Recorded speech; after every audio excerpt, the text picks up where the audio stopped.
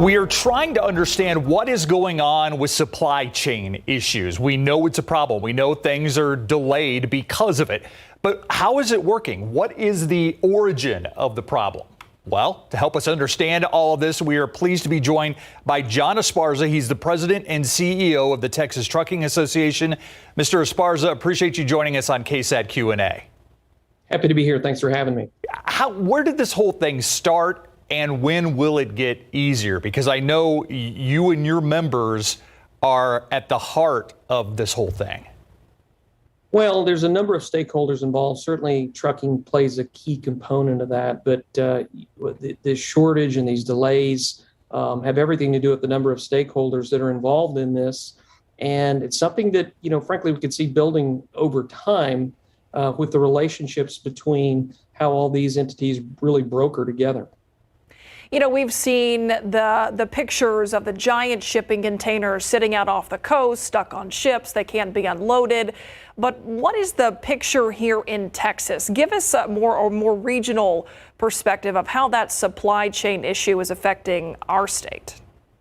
Most certainly. Well, it's not as bad as it is in California, not near as bad. As a matter of fact, if you just judge those by the number of ships, for instance, that you see out there, I believe they were at 79 before the end of the weekend. I think they're at 80 ships sitting outside of the California ports. It's one of the reasons that you hear Governor Abbott and other leaders in the state of Texas inviting partners and partnerships with Texas because the delays are not as significant as they are in California.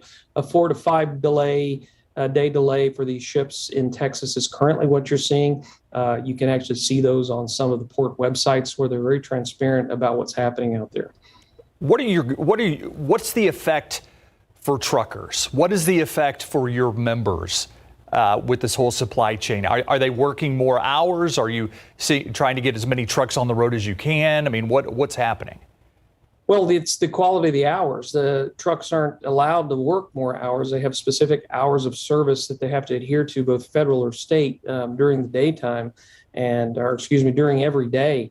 It's other stakeholders that you see at these port operations. What are they doing to manage these containers? The quality of the driver's life, unfortunately, isn't so great a quality when they're having to wait and wait and wait and wait. A trucker is going to make money when he's moving containers, and if they're sitting for hours and hours and hours on end, not moving containers, oftentimes turning away from the port once reaching these port areas because they don't have the right chassis or they can't reach the right box, it's very frustrating. And you see drivers leaving the industry, at least in the intermodal side, to other sectors of trucking. I've been curious throughout this whole thing, is there a certain type of product that you're seeing the biggest delays with, or a product that uses a certain material, certain component that really is being affected more than maybe some others? Well, it probably leads us also to what to do about this holiday season. Buy local.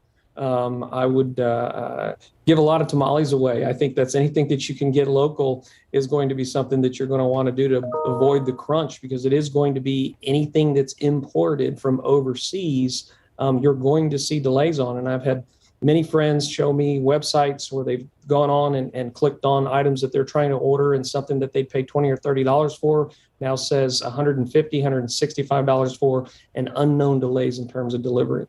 I like the advice on tamales because, well, I like tamales, but also, what is the solution here? I mean, is there something simple that can be done that will help this process? Well, and I think unfortunately not. Buying local may be the easiest solution that I have for you, at least to date. I think we can see that this is going to take us well into the second quarter, more than likely. It is a deep flaw in the supply chain system that involves a number of stakeholders. I mentioned the challenges with trucking schedules and driver schedules. Well, there's longshoremen, there's Port Authority, there's just so many different entities, all not really working in unison as they need to unclog the situation. Normally, you'd see 2 days to unload a ship.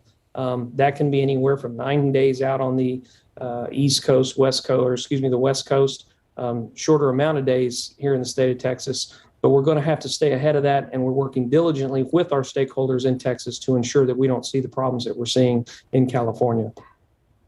It's still so amazing to see all of those shipping containers just sitting there and knowing that it's having a nationwide impact. John Esparza, President and CEO of the Texas Trucking Association. Thanks for some time here this evening. Thanks for having me. Appreciate your time. We'll be right back.